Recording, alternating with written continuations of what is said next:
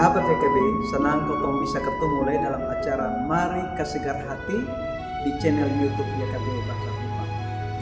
Sebelum kotong baca firman Tuhan, mari kotong berdoa. Bapak, terima kasih kotong ingin belajar dari firman Tuhan. Kotong mohon pimpinan-Mu supaya kotong bisa mengerti firman Tuhan ini. Dalam nama Tuhan Yesus kotong berdoa. Amin.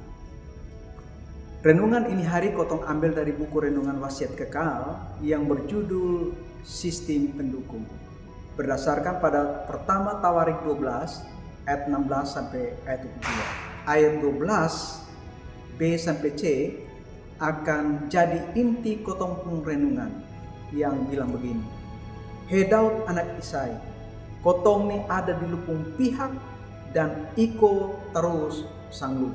Damai sejahtera, dan damai sejahtera bagi lupung penolong. Lupung penolong itu adalah Allah.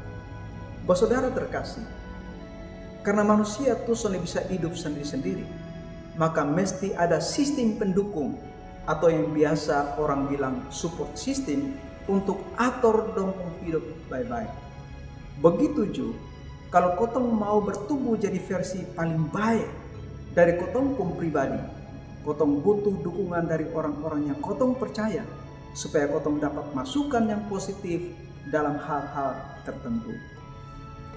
Daud bisa kasih kalah begitu banyak tentara lawan dong, karena ada orang lain yang topang sang dia.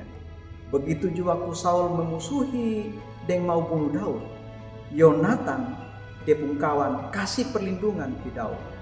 Waktu Daud jadi raja Israel dan berjuang untuk satukan suku-suku Israel terpecah dong, Daud dapat sokongan dari banyak pihak. Daud belajar betul-betul tentang orang-orang yang kasih dukungan sang dia. Daud sonde mau kecolongan. Daud ingin jalan sama-sama dengan orang-orang yang dia percaya. Dan sonde ada berkhianat sang Daud. Karena itu Daud kasih ikut Tuhan dalam ini perkara. Dan roh Tuhan kasih tunjuk ke Daud tentang orang-orang yang pantas dia percaya. Lewat seleksi, Daud taruh dong sebagai kepala pasukan.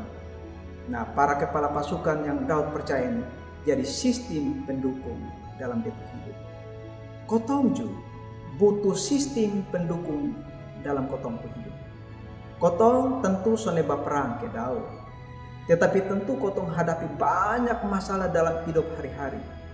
Nah, kotong perlu orang-orang yang dapat kotong percaya, yang buat kotong bisa berbagi pergumulan-pergumulan dan berbagi harapan.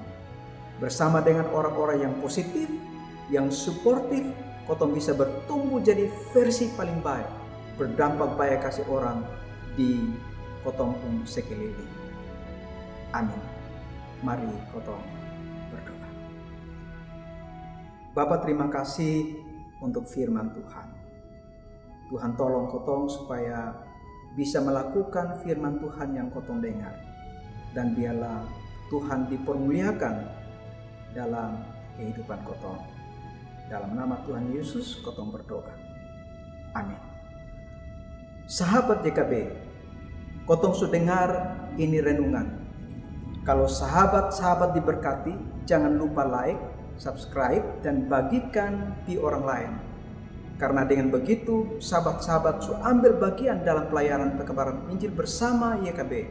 Tuhan Yesus berkati kotong semua. Salam.